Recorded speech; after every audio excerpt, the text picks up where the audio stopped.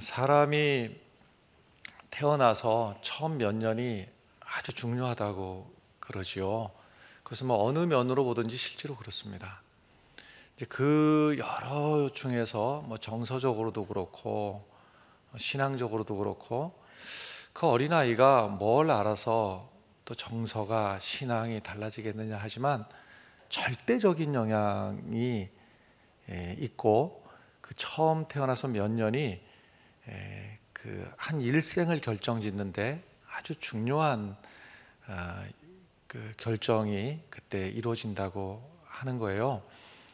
그 중에 하나가 어머니하고 관계를 통해서 하나님의 존재를 이제 알아가는 겁니다. 말하자면 이런 겁니다.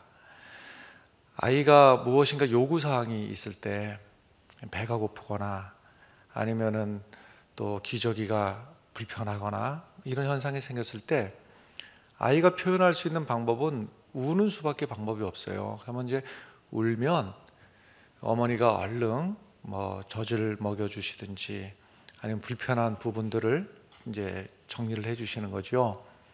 이것이 반복되면서 이 아이는 내가 뭔가 불편한 게 있을 때 울면 이렇게 도움을 받을 수가 있구나 하는 이것이 이제 쌓이고 쌓여서 어렸을 적에는 이것이 무엇인지 잘 정리가 안 되다가 나중에 이제 자라나면서 하나님의 존재를 알게 되면서 하나님에게도 내가 기도를 하면 하나님이 이렇게 응답 주시는구나, 하나님을 부르면 하나님이 이렇게 반응을 하시는구나 하는 것을 알게 된다고 하는 거예요. 근데 이제 어떤 경우에는 그래서 처음에 몇 년이 중요하다고 그랬는데 그런 경우도 있겠지요. 울었는데 아무런 어떤 보상이 없는 거예요. 또 반응이 없는 거예요. 참 불행한 경우입니다. 근데 이것이 누적이 되다 보면 내가 울어도 소용없구나 하는 이것이 쭉 누적이 돼서 나중에는 하나님의 존재에 대해서 소개를 받고 알게 되더라도 안 믿어지는 거예요. 내가 기도한다고 해서 하나님이 응답하고 내가 부르짖는다고 해서 하나님이 내게 귀 기울여 주시고 하는 이 사실이 안 믿어지는 거예요. 그래서 우리가 알게 모르게 이 부모님하고 관계, 어머니와 아버지와의 관계 속에서 하나님의 존재를 우리가 희미하게나마 알게 되는 거예요. 이것이 바로 부모님을 우리에게 주신 중요한 이유 중에 한 가지입니다. 우리가 자라나면서 많은 것을 배우게 되고 깨닫게 되고 몰랐던 것을 발견하게 되고 그러는데 그 발견하는 것, 깨닫는 것 중에 중요한 요소 중에 하나가 무엇인가 하면 중요한 것 중에 하나가 무엇인가 하면 하나님을 알게 되는 거예요. 하나님을 발견하게 되는 겁니다. 왜 그런가 하면 우리가 이 땅에서의 삶은 불과 아주 짧은 시간입니다. 한 번 살아가는 거예요. 짧은 기간을. 그런데 하나님과의 관계를 우리가 온전하게 맺게 되면 영생하는 문제가 여기서 결정되거든요. 그러니까 우리가 다른 것, 뭐 세상적인 지식도 알아야 되고 또 윤리도 알아야 되고 또 여러 가지를 알아야 됩니다만은 그 중에서 하나님을 알게 된 것, 하나님을 발견하게 되는 것, 이것은 아주 중요한 일 중에 하나인데 바로 그 하나님의 존재를 우리가 직접 대할 수가 없어요. 저 에덴 동산에서는 범죄하기 전에는 하나님하고 직접 대했습니다. 직접 얼굴을 배웠고 직접 말씀을 주고받고 직접 대했는데 범죄한 이후에는 하나님을 배울 수가 없어요. 감히 하나님의 존재 앞에 우리가 설 수가 없는 거예요. 그래서 그 하나님의 존재를 희미하게나마 알려주기 위해서 우리들에게 주신 선물이 있는데 그것이 바로 어버이라고 하는 거예요. 아버지, 어머니를 우리에게 주신 이유가 하나님의 존재를 부분적으로나마 일부나마 하나님이 어떠한 분이신가 하는 것을 보여주시기 위해서 우리 가운데 보내주신 거예요. 그래서 부모님을 통해서 우리는 하나님을 맛을 보게 되고 하나님의 사랑이 얼마나 큰지를 미루어 짐작할 수가 있고, 그리고 부모님이 되어서 자식을 사랑하면서 하나님의 그 심정을 우리가 일부분이나마 이해할 수가 있게 되는 겁니다. 사람의 몸속에 뭐 체세포, 생식세포 이런 게 있잖아요. 이 생식세포를 통해서는 이제 후세들이 태어나는 것이죠. 근데 보면은 참 어떨 때 보면은 기가 막히죠. 어쩌면 나하고 저리 똑같은 구석이 있나 하는 이런 모습을 볼 때, 그러니까 그 생식세포 안에 내가 들어있는 거예요. 나라는 존재가 거기 들어있는 거예요.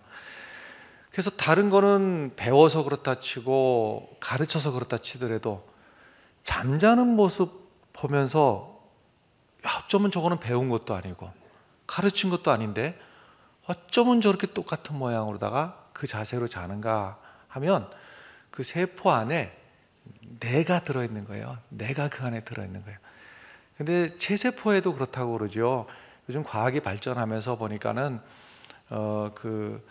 체세포를 통해 가지고서는 뭐 이것저것 하는 것들, 결과물들을 보면 참 놀라워요.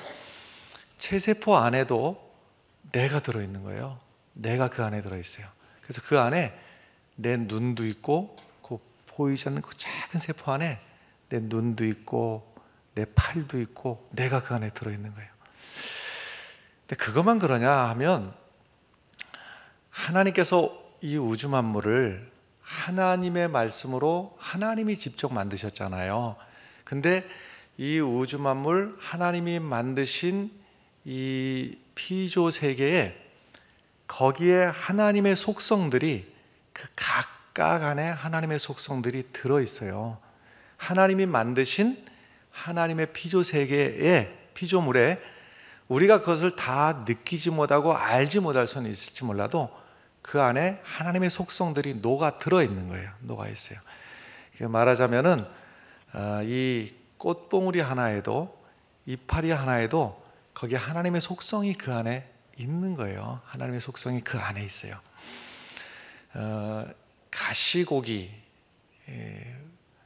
그런 물고기가 있어요. 근데 이 녀석이 집을 열심히 짓습니다. 열심히 집을 져가지고 막 온 힘을 다해가지고 집을 짓는 거예요. 그리고 그 집에 그 수많은 암컷들 중에서 하나만 이제 초대를 하는 거예요. 그래갖고 그 하나가 와가지고서는요, 그 잘 지어놓은 집 위에다가 이제 알들을 이렇게 놨습니다. 알들을 놔면 그 위에다가 이 가시고기 수컷이 이제 그 수정을 시키는 거예요. 수정을 이렇게 시키고 나면 이 알들이 이제부터 이제 꼬물꼬물 이제 상당한 시간이 지나면 이제 태어나기 위해서 그 알들이 이렇게 이제 자라나고 있는데 15일 정도 돼요. 15일쯤을 다른 데도 안 가고 그때부터 먹이도 안 먹고 아무것도 안 해요. 고기만 지키는 거예요. 그 알들이 잘 부화되도록 그것만 지키는 겁니다. 15일 동안을 아무것도 안 먹으니 뭐 완전 모든 것을 다 탈진하는 것이죠. 그러고 나서 알들이 이제 15일이 지나면 꼬물꼬물하고 알들이 태어나는 거예요. 알들이 태어나는데 그때쯤 되면은 이제 완전히 모든 힘이 다 방전이 돼가지고 이제 죽어요. 죽어서 거기에 이제 덜퍼덕하고 이렇게 쓰러지는 거죠. 그러면 꼬물꼬물 태어난 그 알들이 그 어미살을 뜯어먹고 그리고서는 이제 힘을 얻어가지고서는 또 이제 살아가는 거예요. 이 작은 물고기에게 누가 그걸 가르쳐주고 누가 그것을 알게 했을까 하면 하나님이 만든 그 고기, 물고기 하나, 꽃봉우리 하나, 그리고 이파리 하나에도 하나님의 속성이 거기 녹아 있는 거예요. 말하자면 똑같잖아요. 예수님께서 그 몸을 찢으시고 그 피를 흘리셔서 우리들을 살리기 위해서, 우리들에게 새 생명을 주시기 위해서 예수님 그 전 몸을 십자가에 죽게 하심으로. 그래서 우리가 그 새 생명을 얻은 그 확인으로다가 예수님의 몸을 먹고 예수님의 피를 마시고 우리가 그 사인으로다가 성찬을 하는 거잖아요. 그러니까 똑같아요. 그 가시고기가 자기 몸뚱아리를 다 주어서 죽어가면서 그 새 생명들을 살려내듯이 하나님의 그 속성, 예수 그리스도가 그 몸을 찢으시고 피를 흘리시고 우리는 그 살을 먹고 피를 마심으로 새 생명을 얻고 하는 것과 비슷해요. 그 속성이 그 각각 안에 있는 거예요. 그 중에서 하나님의 속성을 우리가 제일 빨리 알아챌 수 있고 제일 많이 드러내고 하는 존재가 있는데 그게 뭐냐면 부모님이라고 하는 거예요. 어버이. 우리에게 아버지를 주시고 우리에게 어머니를 주신 이유가 무엇이냐면 하나님의 속성을 아버지, 어머니에게 주셔서 그래서 아버지, 어머니의 그 사랑을 보면서 미루어 하나님의 사랑이 얼마나 큰지, 하나님의 존재가 얼마나 위대한지, 얼마나 내가 잘 되기를 축복하시는지 그것을 부모님을 통해서 우리는 하나님을 알게 된다 이 말씀이에요. 그래서 성경에 아주 너무너무 여러 군데 보면 하나님께서 어떤 분이냐 이렇게 설명을 하시면서 바로 네가 어머니를 통해서 아버지를 통해서 받던 그 사랑 있지, 하나님이 그와 같은 사랑을 가지고, 아니 훨씬 더 큰 사랑을 가지고 너희를 보고 있어 하는 설명을 해주고 있거든요. 그 중에 몇 군데를 좀 볼 터인데요. 이사야 46장 3절의 말씀에 보면 공동 번역이에요.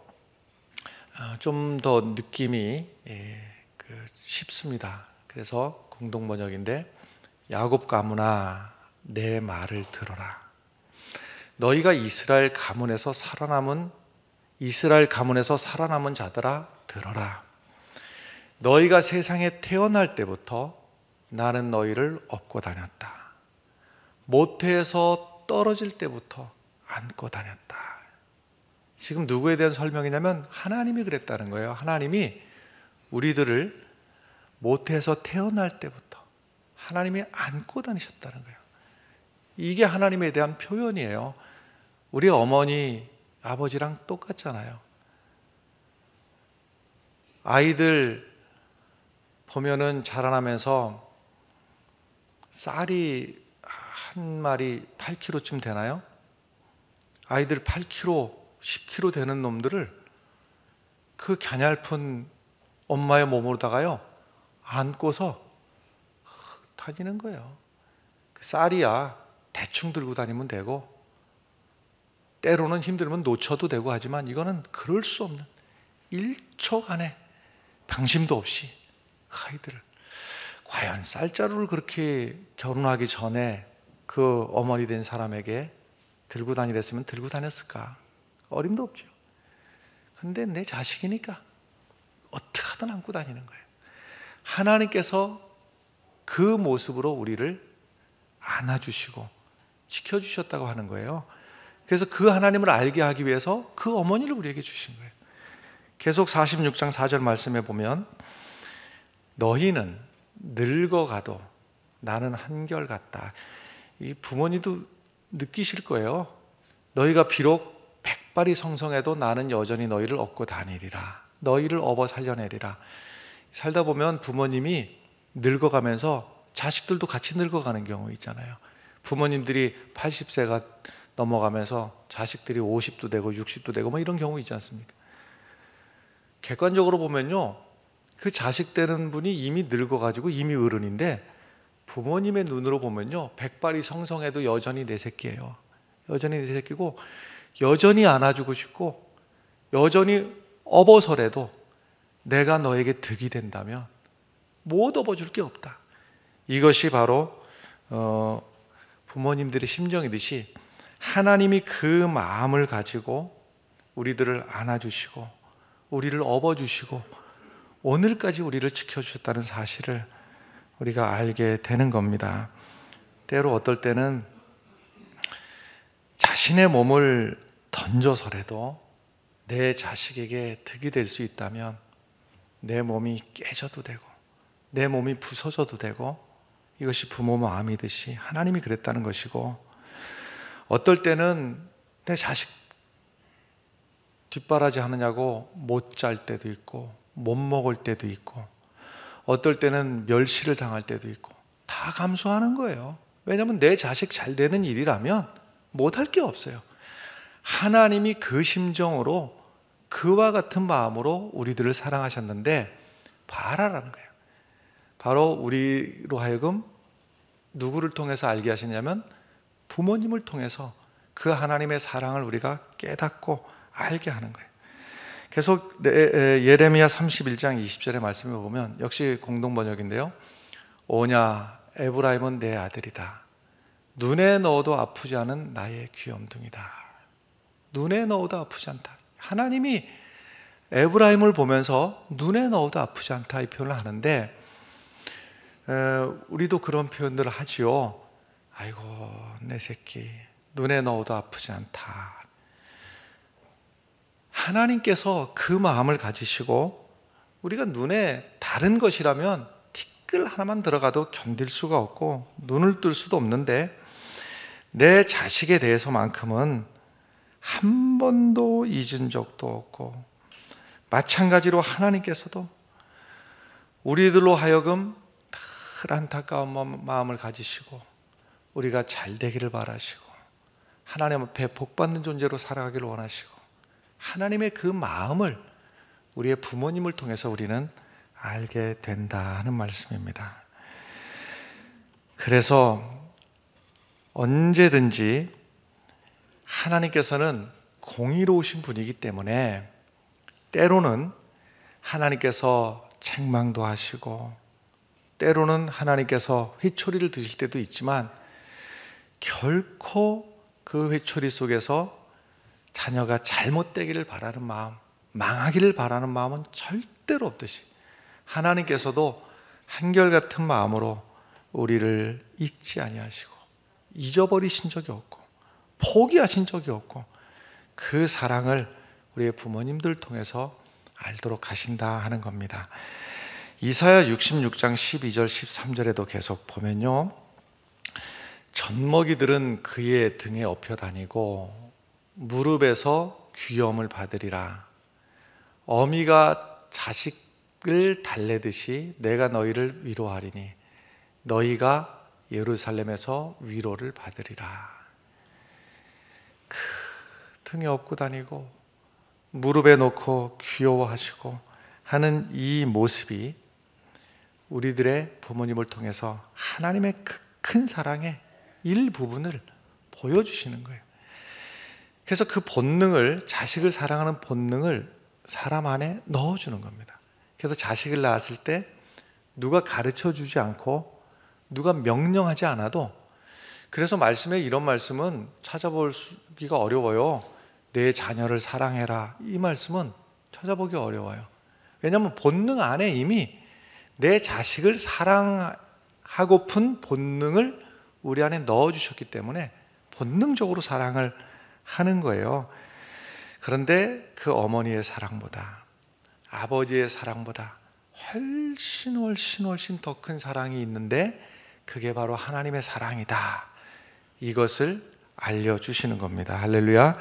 예수님께서도 마찬가지였는데요, 마태복음 23장 37절에 보면 예루살렘아 예루살렘아 선지자들을 죽이고 내게 파송된 자들을 돌로 치는 자여, 암탉이 그 새끼를 날개 아래 모음같이 내가 내 자녀를 모으려 한 일이 몇 번이더냐, 그러나 너희가 원하지 아니하였도다 그랬어요.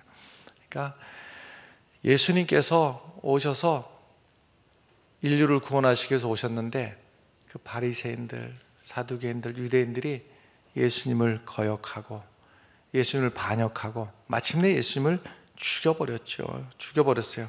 그럼에도 불구하고 그 안타까워하는 그 예수님의 그 마음이 우리들의 부모님들의 마음과 마찬가지입니다. 다윗에게 아주 나쁜 아들이 있었어요. 압살롬이라고 하는 아들이 있었는데, 얼마나 나빴는가 하면 자기 형제들을 죽였습니다. 형제를 칼로 죽이고, 그리고 나중에는요, 왕인 아버지 왕 다윗을 죽이려고 했어요. 아버지를 죽이고 자기가 왕이 되기 위해서 군대를 조직해가지고 쿠데타를 일으킨 겁니다. 그래갖고 급작스럽게 아버지를 죽이려고 덤벼들으니까 다윗이 기가 막히죠. 자기 아들이 아버지를 죽이려고 덤벼들으니까 도망을 가기를 여유가 없으니까는요, 신발도 못 신고 머리를 풀어헤치고 눈물을 흘리면서 도망을 가게 됐습니다. 참 고약한 아들이죠. 근데 나중에 이제 수습을 해가는 과정 속에서 요압이라고 하는 장군이 이제 그 쿠데타 일으킨 그 무리들을 진압을 하기 위해서 이제 가는데, 이 아들이 누구냐면 아버지를 죽이려고 했던 아들인데, 이 요압 장군에게 신신당부를 하는 겁니다. 내 아들 요나단을 죽이지 마라. 제발 내 아들 요나단을 죽이지 마라 하는 거예요. 근데 이제 이 요압은 이렇게 반역을 일으킨 이 일당들 아예 흔적도 없이 그냥 처단을 해야 된다고 그래서 가서 요나단을 죽여버립니다. 그러니까 이 아들이 어떤 아들이에요? 아버지를 죽이려고 했던 아들이 아니에요. 근데 그 아들이 죽었다는 이야기를 듣고 사무엘하 18장 33절 말씀을 보면, 내 아들 압살롬아, 내 아들 압살롬아, 차라리 내가 너를 대신하여 죽었더라면, 압살롬 내 아들아, 내 아들아. 이것이 부모의 심정이에요. 나를 죽이려고 했던 아들일지언정 차라리 내가 너를 대신해서 죽었으면 좋았을 뻔했다. 내가 죽는 것이 나을 뻔했는데, 그 안타까워하는 그 마음이 부모님의 마음이고 그것이 하나님의 마음이에요. 에덴 동산에서 하나님이 신신당부를 했어요. 선악을 알게 하는 이 나무의 열매는 절대 먹어서는 안 된다. 다른 건 다 먹더라도 이것만큼 먹어서는 안 된다. 근데 그것을 먹었어요. 먹으면 정녕 죽으리라. 그것은 피를 토하고 죽어버리든지 이랬어야 되는데, 하나님께서 오히려 아담아 어디 있느냐, 지금 하나님이 지금 찾아오시는 거예요.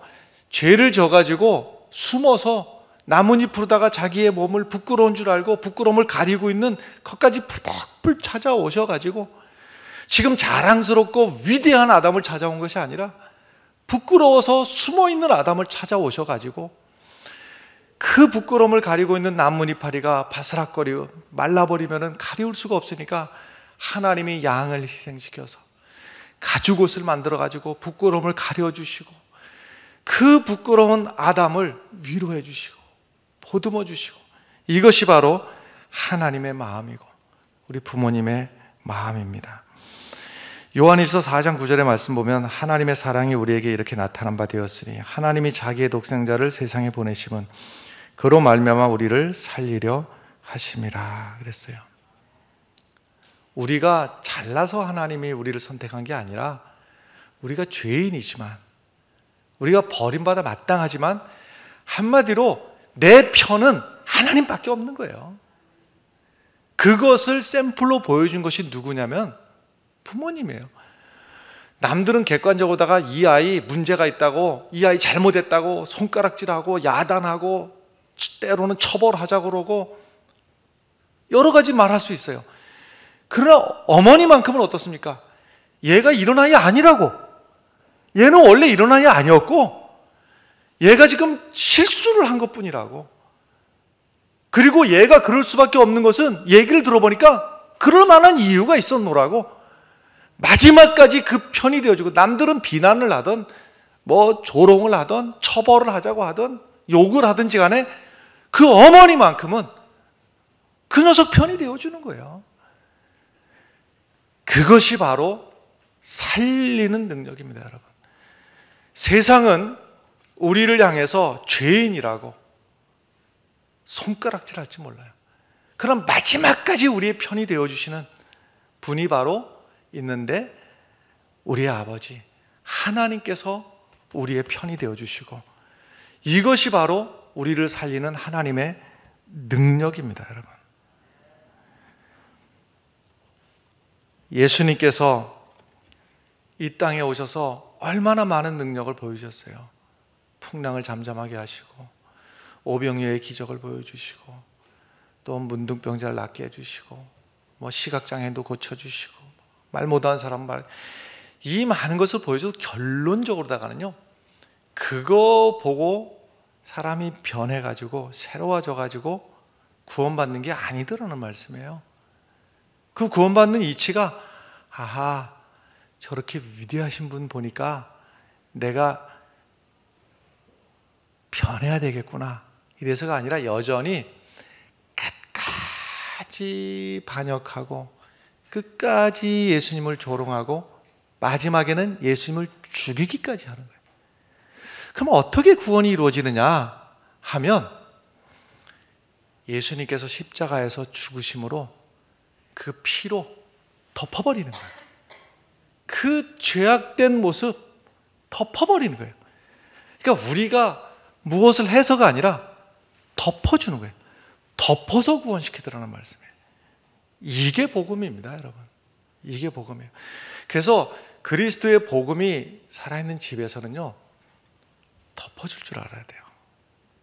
다 너 이것저것 다 지적질하고 고쳐보려고 하고 분쟁해보고 이래서 가정이 천국을 이루는 것이 아니고 덮어주는 거예요. 남편의 허물이 있으면 덮어주는 거예요. 아내 덮어주는 거예요. 그거 고치려고 끝까지 해봐야 내 맘 상하고 상대방 상하고 고치지는 못해요. 덮어주면 천국이 이루어지는 거예요. 부모가 자식을 덮어주듯이. 교회도 그렇습니다. 교회도 어떤 교회가 은혜 서는 교회냐, 아무개는 이것, 또 누구는 저것, 그것을 끝끝내 걸 해갖고서는 고쳐먹으려고 해서 교회가 은혜스러운 것이 아니라 덮어주는 게 은혜의 능력이에요. 그렇다고 이걸 잘못 들으면 또 그럼 아무렇게나 잘못하면 되는구나, 또 이렇게 받아들이면 안 돼요. 그것이 아니라, 포인트가 그게 아니라 덮어주는 것이 교회의 능력이고 은혜가 넘치는 모습이에요. 할렐루야. 자, 에베소서 6장 1절부터 3절까지 보면 이렇습니다. 자녀들아, 주 안에서 너희 부모에게 순종하라. 주님의 말씀이에요. 이것이 옳으니라. 이것이 옳으니라. 이것이 옳으니라는 건 이것이 진실되다. 더 이상의 타협의 여지가 없이 이것이 진리다. 이게 맞는 얘기다 하는 거예요. 내 아버지와 어머니를 공경하라. 이것은 약속이 있는 첫 계명이니 이로써 내가 잘되고 땅에서 장수하리라 하는 거예요. 사랑하는 성도 여러분, 땅에서 하는 일마다 잘되고 장수하시길 바래요. 그것도 뭐 오래 산다고만 좋은 일은 아니겠지요. 정신적으로나 육체적으로 건강하시게, 주님 부르신 날까지 건강하시는 장수, 잘 되는 축복이 임하시길 바라는데, 덮어놓고 바란다고 되는 게 아니란 말이에요. 근데 그렇다고 무엇을 해야 될지 막연하잖아요. 여기는 구체적이고 심플해요. 내 부모를 공경하라. 하나님이 약속해 주셨다. 뭐라고 약속해 주셨는가 하면 땅에서 잘 되고 장수하리라고 하나님이 약속해 주셨다고 하는 거예요. 약속해 주셨어요. 성경에 보면요, 좀 지나치다, 과격하다 싶은 표현들이 성경에 나올 때가 있어요. 그 중에 대표적인 경우가 부모에게 불효하는 자식, 부모에게 순종하지 않는 자식은 돌로 쳐 죽이라고 그랬어요. 어떻게 들으면 좀 과하지 않나, 그래도 그렇지 돌로 쳐 죽여? 이런 생각이 들지요. 이 말의 의미는 뭐냐면요, 자식이 부모에게 순종하지 않는다면 사람이 아니라는 거예요. 살 이유가 없는 사람이 아니라는 거예요. 이게 성경이 정의하는 거예요. 여러분, 부모님들을 통해서 하나님을 알게 하셨는데 그 부모님에게 순종할 줄 아는 사람이 하나님 앞에 순종할 줄 알고, 그 부모님을 기쁘시게 해드리는 자식이 하나님을 기쁘시게 해드릴 수가 있고, 부모님 마음을 흡족하게 해드리는 자식이 하나님 앞에 복받는 존재가 된다고 하는 사실을 잊지 않으시기를 간절히 바랍니다.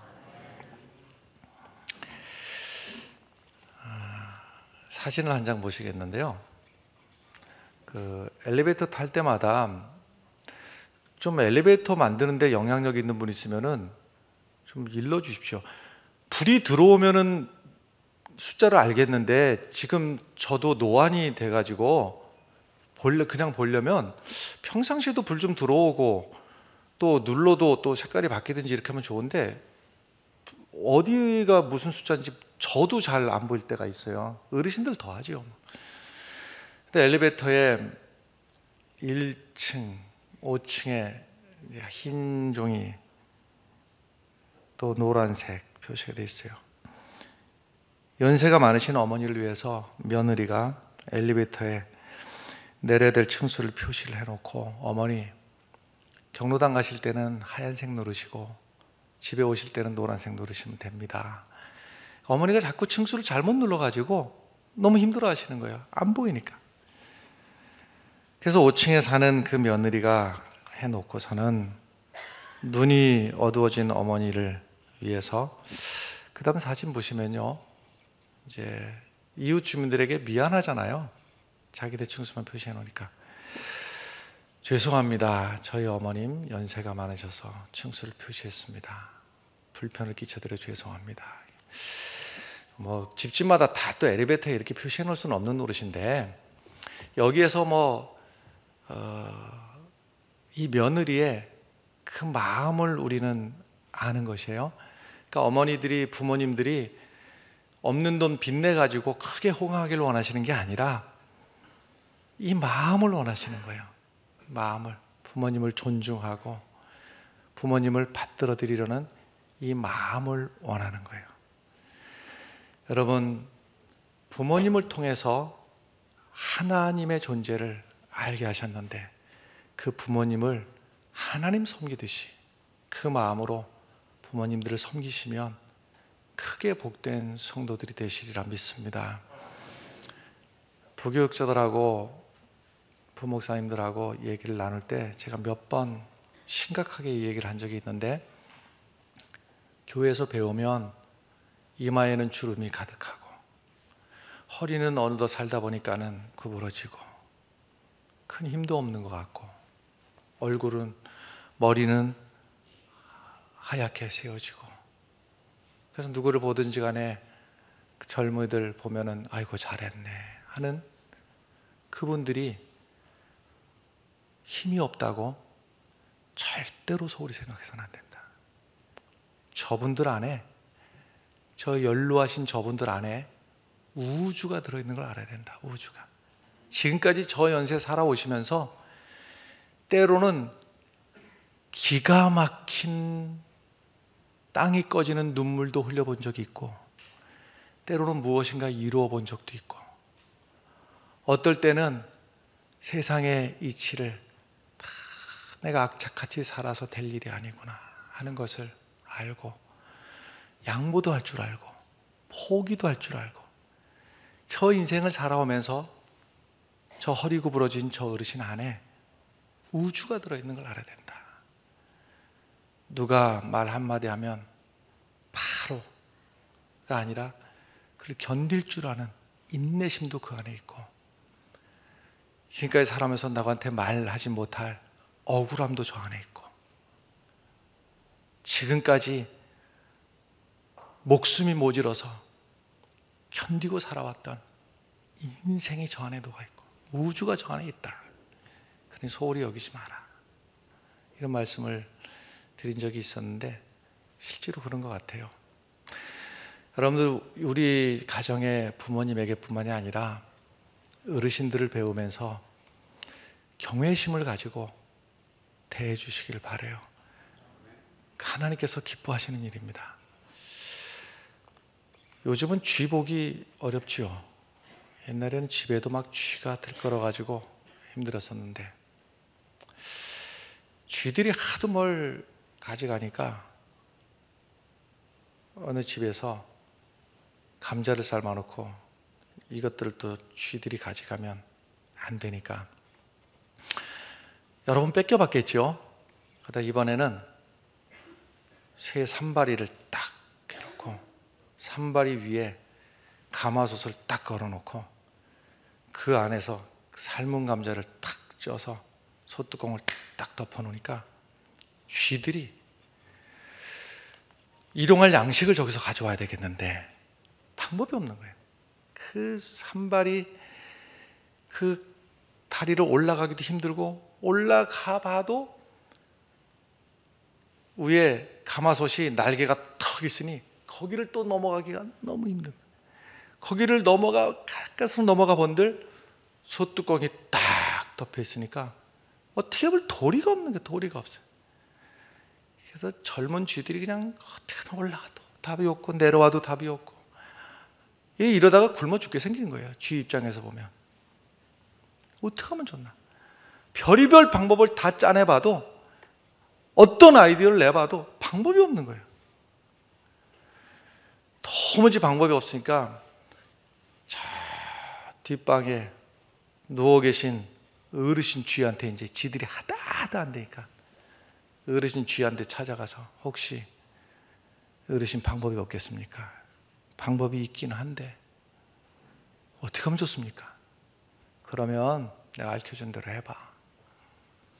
산발이가 기둥이 3개잖아. 그 중에 한 놈만 밑을 막 가서 파. 그 밑에 가서 그 밑을 계속 파라고. 그래갖고서는 이 젊은 것들이 이제 어르신 쥐 얘기를 듣고 가고서는 그 산발이 다리 하나 밑에만 그냥 계속 판 거예요. 그러다 보니까는 어느 순간에 이게 와르르 무너지고 소뚜껑이 열려가지고 쥐들이 잘 먹고 잘 살게 됐다. 끝. 어르신들을 우습게 여기지 말란 말이에요. 어르신들의 말씀에 귀 기울이고 존중하고 존경할 때 하나님이 약속하신 축복이 잘 되고 땅에서 장수하리라. 축복이 임하리라 믿습니다. 기도하겠습니다.